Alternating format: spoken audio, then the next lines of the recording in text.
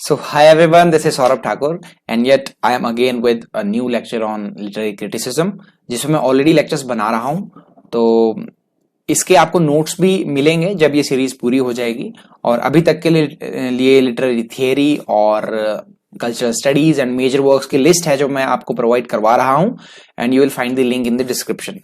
अगर आपको नोट्स चाहिए तो आज ही आप ले सकते हैं, और ये क्रिटिसिज्म के नोट्स में मैं आपको लास्ट में अवेलेबल करवाऊंगा। अगर आप ये वीडियो लेट देख रहे हो, काफी समय बाद देख रहे हो अपलोड होने के, तो आप डिस्क्रिप्शन जरूर चेक करिएगा। चलो, तो मुद्दे की बात हो गई। अब ये जो मुद्दा है ये इससे भी इंपॉर्टेंट है। तो जॉन ड्राइडन जो है ये बहुत ही ज्यादा इंपॉर्टेंट है। जॉन ड्राइडन हमारे लिए, हाँ ये यहां पे गुम हो जाता है ये। तो ये जॉन ड्राइडन जो है, इसका एसे ऑफ ड्रामेटिक पोएसी जो है, that is the most important critical work in English literature. तो इसे पढ़ना और इसे समझना, and also the point of view of John Dryden as a literary critic is very important. He was a great dramatist also, poet, everything. तो आज इस lecture में पर्टिकुलरली जॉन ड्राइडन के मैं आपको मेजर वर्क्स नहीं बताऊंगा, ज्यादा बायोग्राफिकल डिटेल्स में मैं नहीं जाऊंगा, क्योंकि we will cover this guy in history of English literature. तो इतना सा आप ध्यान में रखना। तो स्टार्ट करते हैं। जॉन ड्राइडन 1631 में पैदा हुआ, 1700 में मर गया। देखो, John Dryden was a very important and influential writer at the same time in British history.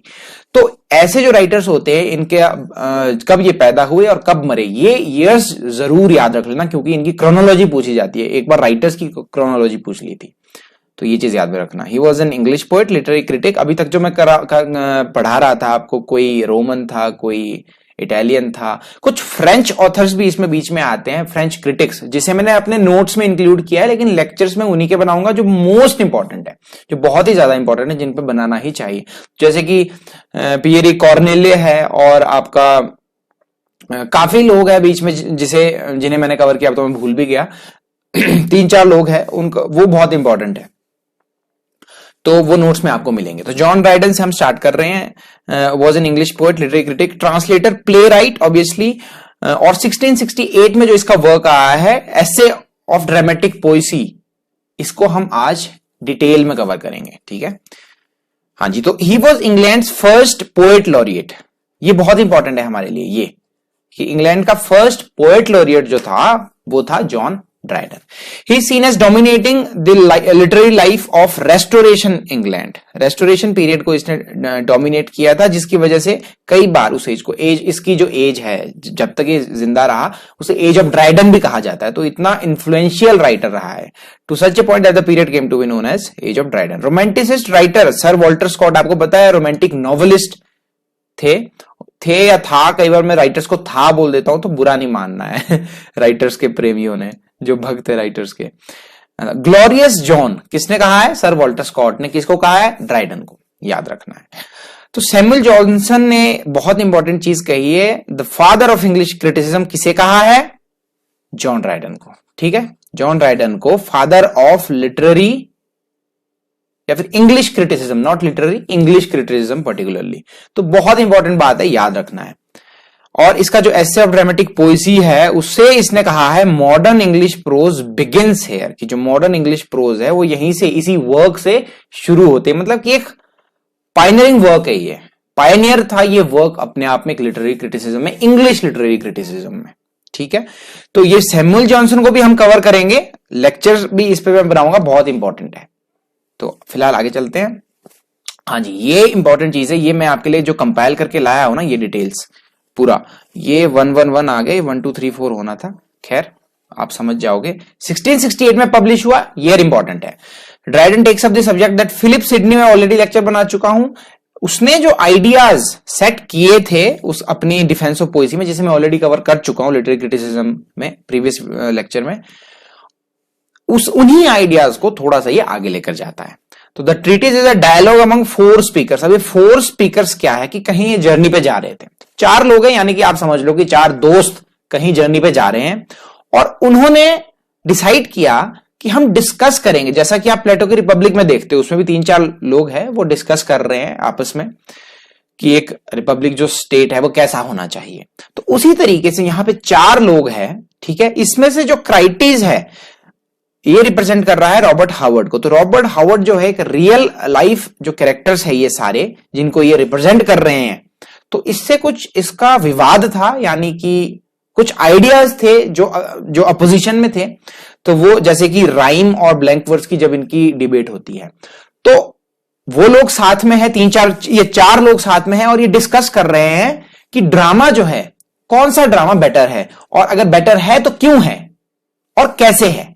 ठीक है, तो चार लोग हैं, वो चार लोग अलग अलग ड्रामा को रिप्रेजेंट कर रहे हैं, डिफेंड कर रहे हैं। ठीक है, अब जैसे कि हम पहले इंसान की बात करते हैं, यूजीनियस, ही रिप्रेजेंट्स चार्ल्स सैकवाइल, लॉर्ड बकहर्स्ट उस वक्त थे ये।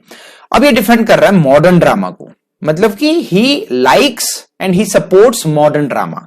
तो ये बताएगा कि मॉडर्न ड्रामा बेटर क्यों है। ठीक है, और दूसरे ड्रामा की बुराई भी करेगा। ऑब्वियसली बेटर अगर इसने खुद को दिखाना तो दूसरे की बुराई करेगा। यही तो चलता है ना आजकल की सोसाइटी में कि खुद को बेहतर बनाने के लिए दूसरे की बुराई कर दो, हम बेहतर बन गए, लेकिन ये गलत तरीका है।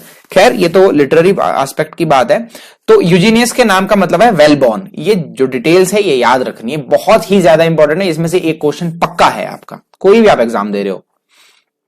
सेकंड कैरेक्टर है, यहां पे सेकंड है, ये थर्ड है, ये फोर्थ है। ठीक है, सेकंड कैरेक्टर है क्राइटिस। तो क्राइटिस जो है रॉबर्ट हावर्ड को रिप्रेजेंट कर रहा है, जो मैं ऑलरेडी बता चुका हूं।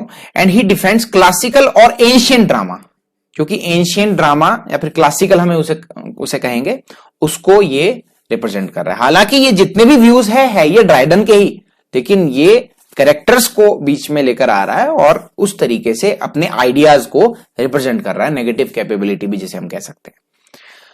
तो क्राइटिस जो है ही सपोर्ट्स ब्लैंक वर्ड्स, और क्राइटिस के नाम का मतलब है क्रिटिक या फिर जज, जो किसी को जज करता हो या क्रिटिसाइज करता हो।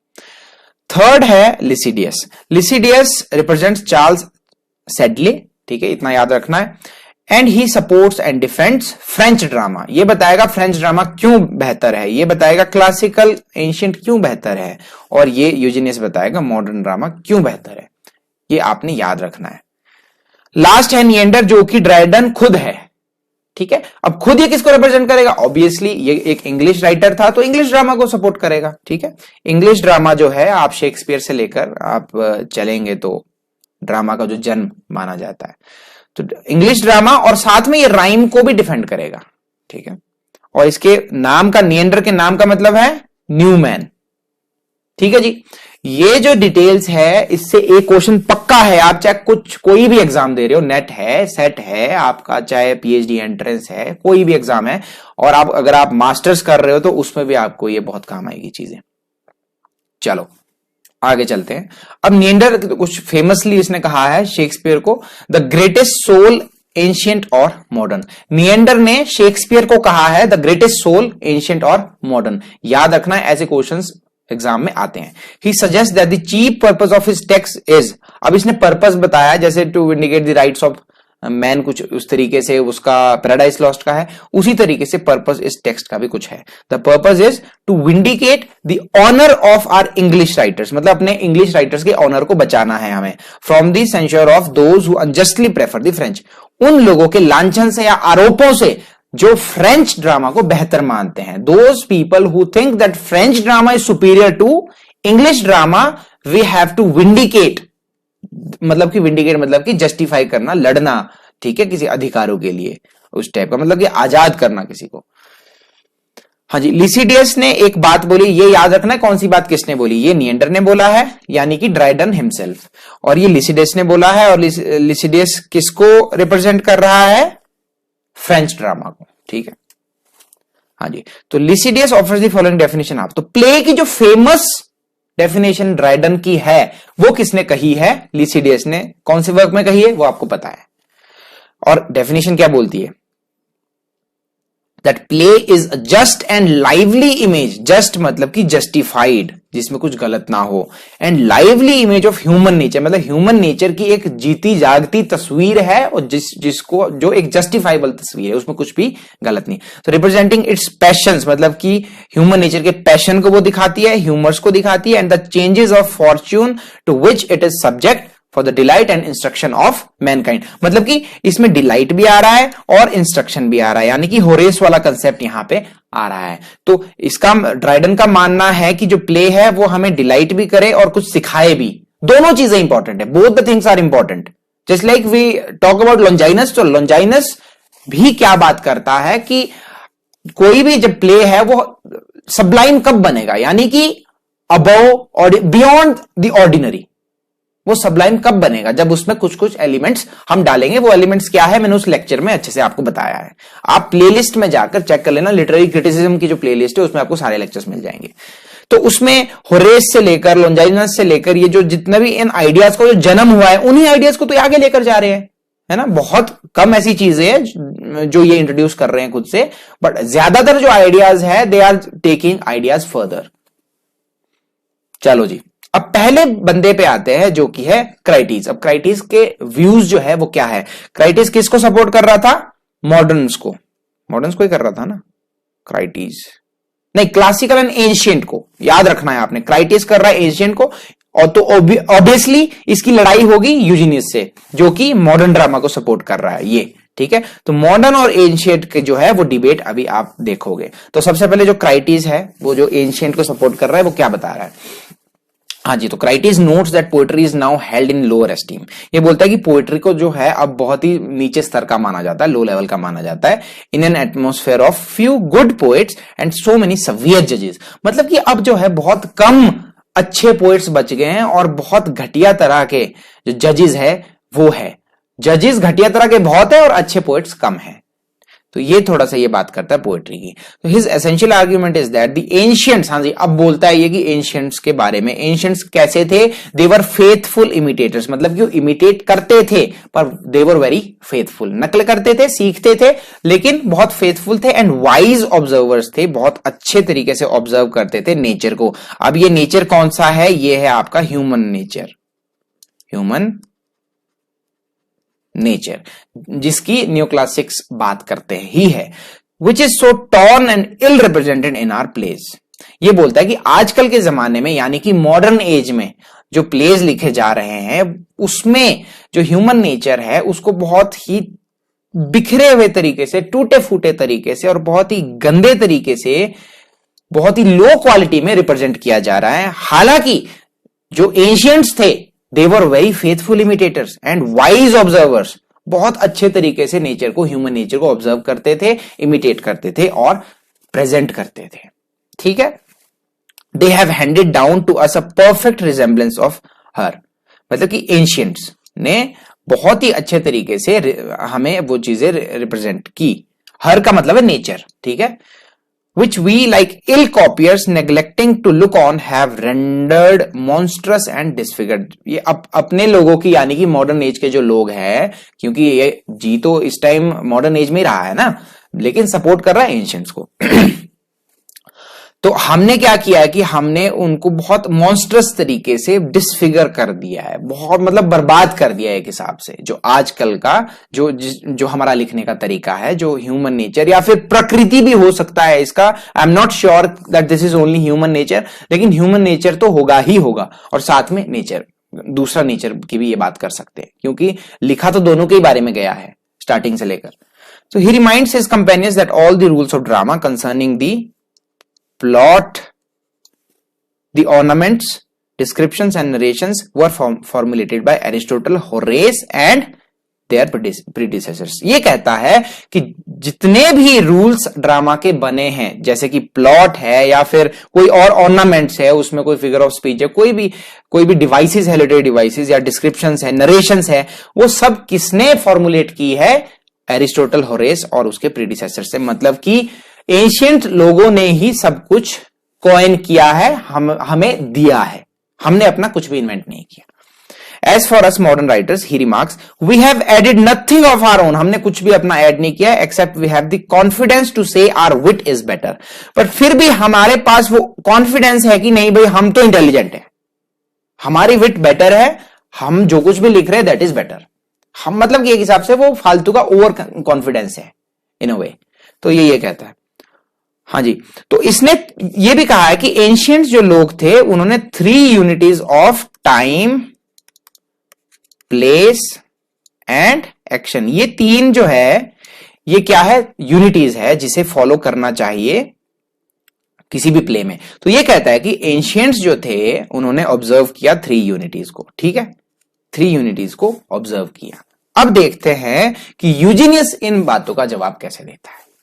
It is Eugenius who first defends the moderns, ठीक है जी, मॉडर्न को उसने सपोर्ट किया, saying that they have not restricted themselves to dull imitation, कि ठीक है मॉडर्न्स ने इमिटेशन की लेकिन डल इमिटेशन नहीं थी वो of the ancients. They did not draw after their lines but those of nature, and having the life before us besides the experience of all they knew, it is no wonder if we hit some airs and उसने कहा कि उन्होंने imitate किया ancients को, लेकिन उन्होंने जो imitate किया वो कुछ नया था, that was something unique and new। जैसे कि ये कह रहे हैं कि इट इज नो वंडर, कि इसमें हैरानी की कोई बात नहीं है कि हमने कोई नए एयर्स एंड फीचर्स को फोकस किया है और बाहर लेके आया है जो कि एंशियंट्स ने मिस कर दिया था, ठीक है। They did not of the ancients, they did not draw after their lines but those of nature, मतलब कि उन्होंने एंशियंट की जो लाइंस का मतलब कि जो एंशियंट्स ने लाइंस ड्रॉ की थी, कोई रूल सेटअप किए थे, उनको उन्होंने नहीं ड्रॉ किया है पूरे तरीके से, बट उन्होंने नेचर को जो है वो बिल्कुल रॉ तरीके से और पर्सनल लेवल पे अच्छे से ऑब्जर्व करके हमारे सामने रखा है, ठीक है। जो उनका एक्सपीरियंस था अपना, उसके बिहाफ पे उन्होंने हमें जो कुछ भी दिया वो है, और कुछ नया लेकर आया है जो कि एंशियंट्स ने मिस कर दिया था। तो इस तरीके से ये इस जो आरोप लगाया था क्राइटीज ने, उसका जवाब दिया। The arts and sciences have made huge advances since the time of Aristotle. ये बोलता है कि एरिस्टोटल के बाद बहुत सारे एडवांसमेंट्स आ गई है, बहुत डेवलपमेंट हो चुकी है, ठीक है, साइंसेज एंड आर्ट्स में बहुत डेवलपमेंट हो चुकी है, ठीक है। तो जरूरी नहीं है कि वो जो उन्होंने सेट किया था वही हम आज तक फॉलो कर रहे हैं। तो there is something new. Not only do we have the collective experience and wisdom of the ancients to draw upon, but also we have our own experiences of the world। भाई हमारे कुछ अपने भी तो एक्सपीरियंसेस है, जरूरी थोड़ी है कि जो एंशियंट्स ने सेट किया है हम वही कॉपी कर रहे हैं, कुछ हमारा अपना भी तो है, कुछ हमारे अपने भी तो एक्सपीरियंसेस है, और कुछ नई नई इन्वेंशंस भी तो है, साइंस भी तो है ना। A world understood far better in scientific terms rather than, कि भाई आजकल का जो वर्ल्ड है उसको बहुत अच्छे तरीके से साइंटिफिक तरीकों से अंडरस्टैंड किया जा रहा है, जो कि पहले नहीं होता था। तो इस तरीके से यूजीनियस जवाब देता है। कुछ और बातें भी बोलता है। यूनिटीज वाला जो लांछन था या फिर आरोप था, उसमें वो क्या कहता है कि आफ्टर कॉर्नेली, ये जो कॉर्नेल है इसको मैंने नोट्स में कवर किया है, ये भी इंपॉर्टेंट है हमारे लिए, ये भी यूनिटी जो 3 यूनिटीज है उनकी बात करता है। हाँ, तो ये यूजीनियस जो है ये कहता है कि कॉर्नेलिया जो था, by the time of Horace the division of a play into 5 parts was firmly established. Points out after Cornell के बाद जो है होरेस के टाइम में the division of play into 5 acts was firmly established, कि पहले जो है वो प्लेज को 5 एक्ट्स में लिखा जाता था, but this distinction was unknown to Greeks यानी कि एंशियंट्स, एरिस्टोटल वगैरह, जिनकी तारीफ कर रहा था क्राइटीज कि भाई उन्हीं से सीखा है आप लोगों ने सब कुछ। तो उसने कहा कि पहले 5 एक्ट्स में लिखा जाता था जो कि ग्रीक्स को बिल्कुल अननोन था, they were unaware about the fact. Indeed, the Greeks did not even confine themselves to a regular number of acts। जो ग्रीक्स थे उन्होंने कोई रेगुलर नंबर ऑफ एक्ट्स को फॉलो नहीं किया, ठीक है, जो कि सेट थे उस वक्त। तो again their plots were usually based on some tale derived from Thebes और ट्रॉय। अब ये एंशियंट्स की बुराई कर रहा है, ये कहता है कि जो उनके प्लॉट्स थे वो चोरी किए हुए होते थे, मतलब कि दोस प्लॉट्स वर वेरी हैकनेड। ये प्लॉट्स का जो पंगा है ना, ये तभी होता है जब when we speak very less English. आजकल मैं गांव में हूं तो इंग्लिश कहां, यहां तो दूर दूर तक इंग्लिश का नाम नहीं है, सिर्फ पढ़ाते वक्त ही मैं इंग्लिश बोलता हूं, तो उस वक्त ये जो है स्लिप्स ऑफ टंग हो जाता है when we are not in practice. तो प्रैक्टिस, अगर आपको इंग्लिश सीखनी है तो प्रैक्टिस करनी पड़ेगी, without practice you can not learn English. कहां गया, हाँ, तो वो कहता है कि उनके जो प्लॉट्स थे एंशियंट्स के, वो डिराइव कहां से किए थे, थीब्स और ट्रॉय की जो कहानियां थी वहां से। ट्रॉय की जो वॉर ऑफ ट्रॉय है वो सारी कहानियां थी, उसको कॉपी करते थे। वॉर मतलब कि पुराने जो प्लॉट्स थे, before it came upon the stage it was already known to, मतलब जब वो स्टेज पे आते थे उसकी कहानियां लोगों को पहले से ही पता होती थी। तो मतलब कि जो एंशियंट्स जो भी प्लॉट्स को जो फॉलो करते थे वो सारे नोन थे, सभी लोगों को। Not only do the ancients fail to fulfil one of the essential obligation of drama that of delighting, मतलब कि वो डिलाइट नहीं करते थे एंशियंट्स, वो सिर्फ इंस्ट्रक्ट करते थे, कुछ सिखाते थे, कुछ मॉरल लेसन देते थे, लेकिन डिलाइट नहीं करते थे। They also fall short in the other requirement that of instructing, बल्कि वो इंस्ट्रक्ट भी अच्छे से नहीं कर पाते थे, करते इंस्ट्रक्ट थे लेकिन वो भी अच्छे से नहीं कर पाते थे। तो ये यूजीनियस बोलता है। He also berates the ancients for not dealing sufficiently with love, उन्होंने लव को अच्छे से डील नहीं किया एंशियंट्स ने, बट रादर विद लस्ट, उन्होंने लस्ट दिखाई, क्रूअल्टी दिखाई, बदला, revenge, ambition, which were more capable of raising horror than compassion in the audience, जो कि ऑडियंस में हॉरर, डर पैदा करते थे, ना कि कोई दया। कंपैशन बोले तो दया, कोई उससे दया पैदा नहीं होती थी, कोई इंस्ट्रक्शन भी ढंग से नहीं हो पाती थी, डिलाइट तो दूर की बात है, इंस्ट्रक्शन भी अच्छे से नहीं हो पाती थी। तो ये यूजीनियस जो है उनकी बुराई कर रहा है, ठीक है, क्योंकि क्राइटीज ने मॉडर्न्स की बुराई की, तो यूजीनियस मॉडर्न को सपोर्ट करते हुए एंशिएंट्स की बुराई कर रहा है। चलो आगे, लिसिडियस, हाँ जी, लिसिडियस रिप्रेजेंट कर रहा है या फिर डिफेंड कर रहा है फ्रेंच ड्रामा को। तो अब ये क्या कहता है, फ्रेंच की थोड़ी तारीफ करेगा, है ना। तो फ्रेंच थिएटर ये बोलता है surpasses all Europe, that the current French theatre surpasses all, मतलब यूरोप से भी कहीं क्रॉस कर चुका है। ऑब्जर्विंग द यूनिट ऑफ, हाँ जी, तो ये बोलता है कि फ्रेंच ड्रामा जो है वो unity of time, place and action को ऑब्जर्व करता है, and is not strewn with the cumbrous under plots that litter the English stage. अब इंग्लिश स्टेज की वजह आ रहा है ये, ठीक है। अब लिसिडियस का डिबेट किससे होगा, इंग्लिश स्टेज से, यानी कि निएंडर आएगा अभी डिफेंड करने के लिए, ठीक है। तो ये कहता है कि जो फ्रेंच ड्रामा था उसमें unity of time, place, action को फॉलो किया जाता था, और वो किसी भी कोई कम्ब्रस अंडर प्लॉट, कम्ब्रस मतलब कि कम्बरसम, बहुत ही हैवी, बहुत ही बोरिंग, ऐसे जो अंडर प्लॉट्स मतलब कि बहुत ही लो क्वालिटी के प्लॉट्स जो थे, जो कि इंग्लिश स्टेज आजकल फॉलो कर रहा है, उससे वो दूर था। यानी कि फ्रेंच ड्रामा जो था उसमें प्लॉट्स अच्छे थे, कम्बरसम नहीं थे, हैवी नहीं थे, ठीक है, हैवी लोडेड और या फिर बोरिंग नहीं थे, और बहुत अच्छी क्वालिटी के थे। लेकिन जो इंग्लिश स्टेज है आजकल, वहां पे ये कम्ब्रस अंडर प्लॉट जो है लिटर कर रहे हैं, मतलब कि ऐसी फालतू में पड़े हुए हैं, ठीक है। तो वो चीज है। Moreover the French provide variety of emotions, मतलब कि फ्रेंच जो है उनके पास वेराइटी ऑफ इमोशंस थी without sinking to the absurd genre of tragedy. हाँ जी, तो ट्रेजेडी कॉमेडी जो है, उन्होंने कहा कि वो ट्रेजिक कॉमेडी के फालतू चक्रों में नहीं पड़ते थे। क्या जरूरत है यार, ट्रेजेडी है तो ट्रेजेडी है, कॉमेडी है तो कॉमेडी है, अलग लिखो। लेकिन आजकल इंग्लिश स्टेज पे देखो तो शेक्सपियर को देख लो, ट्रेजिक कॉमेडी लिखता था। तो ये ट्रेजिक कॉमेडी की बुराई कर रहा है, एक हिसाब से क्रिटिसाइज कर रहा है उसको कि ट्रेजिक कॉमेडी जो है वो एब्सर्ड है, यानी कि अजीब है, मीनिंगलेस है, क्या जरूरत है।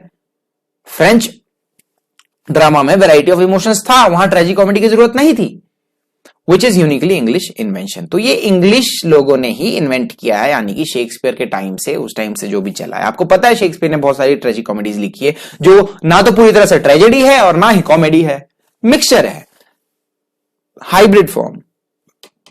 तो लिसिडियस also points out that the French are proficient at proportioning the time devoted to dialogue and action on the one hand and narration, कि वो कहता है कि एक अच्छा प्रोपोर्शन में वो लिखा करते थे डायलॉग्स को, ठीक है, और टाइम पे ध्यान देते थे डायलॉग्स के, एंड एक्शन का on the hand, and narration का, ठीक है जी। नरेशन, डायलॉग, एक्शन जो है उसमें बहुत ही अच्छा प्रोपोर्शन होता था टाइम का, ठीक है। ये इतना खास, इतना डीप नहीं है। हाँ जी, अब निएंडर आ गया लास्ट, जो कि ड्राइडन खुद है, वो अपने व्यूज यहां पे दे रहा है। अब ये डिफेंड कर रहा है इंग्लिश ड्रामा को। अब ये कहता है that French contrive their plots more regularly and observe the laws of comedy and decorum of stage with more. हाँ जी, तो ये जो निएंडर है ना, पूरी तरह से बुराई नहीं करेगा, बेचारा अच्छा आदमी है, ये पहले तारीफ कर रहा है कि फ्रेंच ड्रामा जो है उसमें ठीक है, प्लॉट्स अच्छे होते थे और लॉज ऑफ कॉमेडी को भी वो फॉलो करते थे, और एक डेकोरम भी होता था उनके स्टेज पे, ठीक है, विद मोर एग्जैक्टनेस ज्यादा होती थी इंग्लिश से, मान लिया।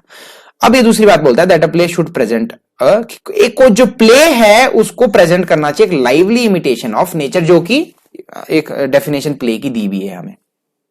तो एक हिसाब से व्यूज तो ड्राइडन के ही है सारे, तो उसमें लाइवली इमिटेशन होनी चाहिए नेचर की, ठीक है, नेचर की एक जीती जागती नकल होनी चाहिए, ठीक है।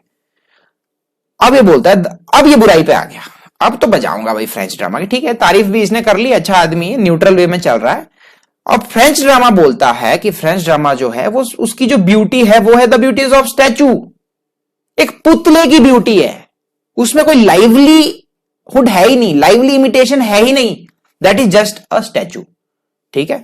But not of a man, किसी आदमी की ब्यूटी नहीं है उसमें, एक पुतले की है, because not animated with the soul of, क्यों, क्योंकि उसमें सोल ऑफ पोइजी नहीं है, ठीक है। उसमें एक जो पोइट्री है या फिर पोइजी है, जो एक अच्छे तरीके से किसी चीज को ऑब्जर्व किया जाता है, रिप्रेजेंट किया जाता है, वो उसमें है ही नहीं, which is imitation of humour and passion. यानी कि जो इमिटेशन ऑफ ह्यूमर और पैशन की जो नकल जब होगी तभी तो एक लाइवली इमेज निकल कर आएगी ना, है ना। जब आप इंसानों के ह्यूमर और पैशन को ऑब्जर्व करोगे, ठीक है, उनको नकल करोगे, तभी तो एक अच्छी चीज निकल कर आएगी ना। तो फ्रेंच ड्रामा में ये था ही नहीं, निएंडर ये कहता है। तो उसकी जो ब्यूटी तो एक हिसाब से पुतले की तरह है, कोई चीज लिखी और वो वैसे की वैसी पढ़ी है, उसका कोई फायदा नहीं, उसका कोई मजा नहीं आ रहा, ठीक है, ना उसको देखने का मजा आ रहा, ना उसको पढ़ने का मजा आ रहा। तो indeed in justifying the genre of tragi, हाँ, ट्रेजिक कॉमेडी को जस्टिफाई करता है। Neander states that the contrast between mirth and compassion, mirth बोले तो खुशी, ठीक है, और कंपैशन बोले तो दया। ये कहता है कि खुशी यानी कि कॉमेडी, दया यानी कि ट्रेजिडी, ठीक है। तो कॉमेडी और ट्रेजिडी का जो कंट्रास्ट है ना वो बड़ा जबरदस्त है। निएंडर बोलता है यानी कि ड्राइडन बोलता है, ठीक है। Neander states that the contrast between mirth and compassion will throw the important scenes into sharper relief, मतलब कि बहुत ही रिलीफ मिलेगा, और ये जो कंट्रास्ट है ये बहुत ही अच्छा है मर्थ और कंपैशन का। यानी कि ट्रेजिक कॉमेडी जो है वो बहुत अच्छी है, वो बहुत सारे इमोशंस और फीलिंग्स को जनरेट करती है, ठीक है, और एक शार्पर रिलीफ देती है उसके सीन्स जो है, जब हम उसको देखते हैं, जो उसके सीन्स हैं उनको शार्पर रिलीफ में डाल देती है। यानी कि ट्रेजिक कॉमेडी को ये डिफेंड करता है। चलो आगे, हाँ जी, it is to the honour of our nation that we have invented increase, ये निएंडर ही बोल रहा है, ठीक है, that we have invented, increased and perfected a more pleasant way of writing for the stage than was ever known to the ancients or moderns of any nation, which is tragicomedy। तो ये कहता है कि ये तो हमारा सौभाग्य है कि हमने ट्रेजिकॉमेडी को इन्वेंट किया है, क्योंकि this is a more pleasant way of writing for the stage, ठीक है। और एंशियंट्स को ये चीज पता ही नहीं थी, हमने जो इन्वेंट किया हमारा सौभाग्य है। तो Neander poignantly repeats Cornelius' observation that anyone with actual experience of the stage will see how constraining the classical rules are। अब जो कॉर्नेल है, जब आप उसको पढ़ोगे, जो मैं आपको नोट्स दूंगा, उसमें वो कहता है कि क्लासिकल रूल्स जो है ना वो बड़े, मतलब कि प्रेशर है एक इंसान पे लिखने का, जो ये क्लासिकल रूल्स है, और बहुत कहीं ना कहीं हम बंध जाते हैं रूल्स में। तो यही बात ये भी बोल रहा है कि हम रूल्स में बंध जाते हैं, बहुत कंस्ट्रेनिंग होते हैं, दम घुटता है।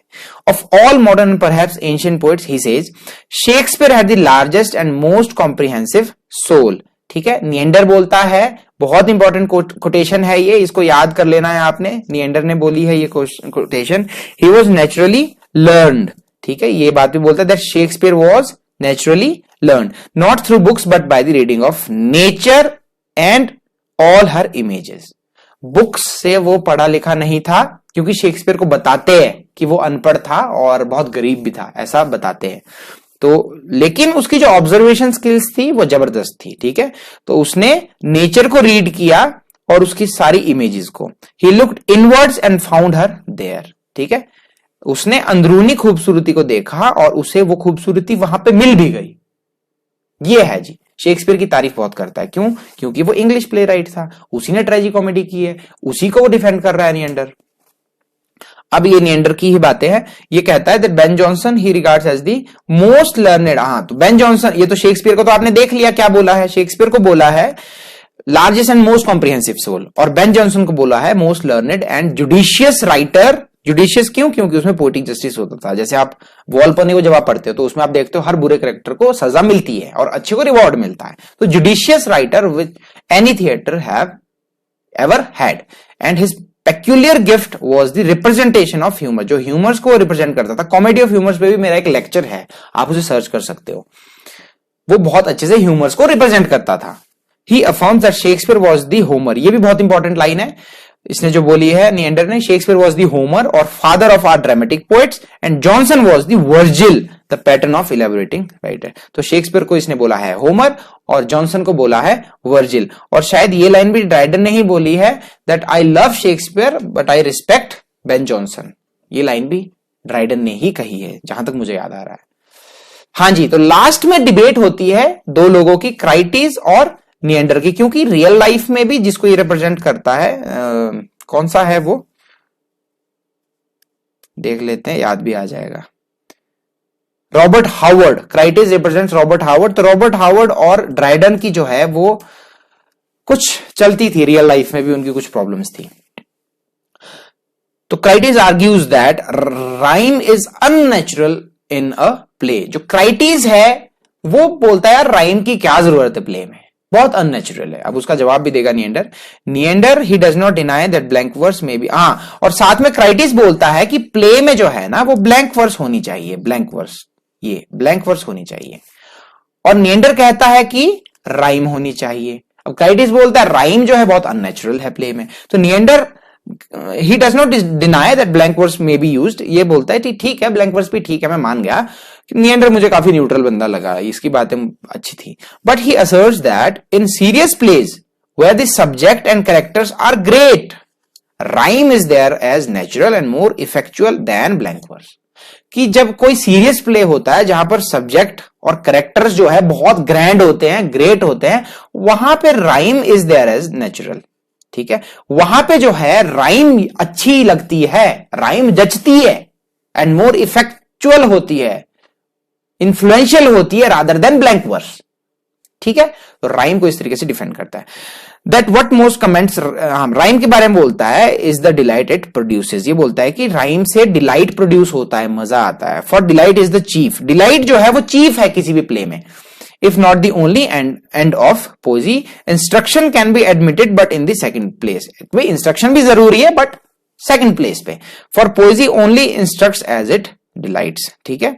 तो क्या बोल रहा है, instruction can be admitted, but in the second place, for poesy only instructs as it delights। जो poesy है वो सिर्फ instruct करती है, delight नहीं करती है। जब ब्लैंक वर्स जो है वो सिर्फ इंस्ट्रक्ट करने में ठीक है, लेकिन डिलाइट नहीं देती है ब्लैंक वर्स। ब्लैंक वर्स में क्या है, एम्बिक पेंटामीटर को यूज किया जाता है, but there is no rhyme. तो राइम जो है उससे मजा आता है। अगर आपने लैला मजनू की कोई फिल्म देखी हो, कोई चीज देखी हो, तो वो आप देखोगे उसमें वो राइम में बात कर रहे हैं, तो मजा आता है, मतलब देखने का, सुनने का। शायरी देखो, जो शायरी रिदम में होती है, राइम में होती है, कितना मजा आता है उसे सुनने का, है ना। तो उसी तरीके से बोलता है कि डिलाइट देती है राइम हमें, जो कि ब्लैंक वर्स नहीं दे पाती है।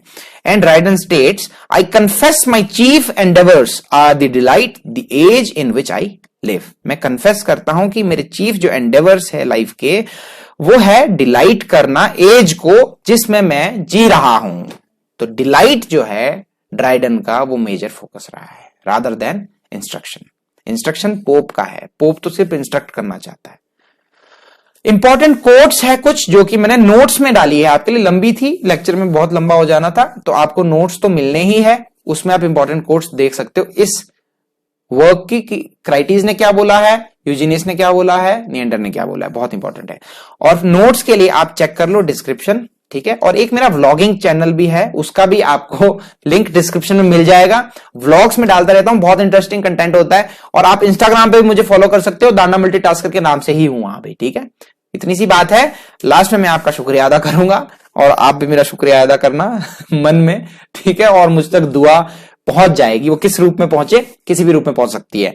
तो फिलहाल इस लेक्चर में इतना ही था।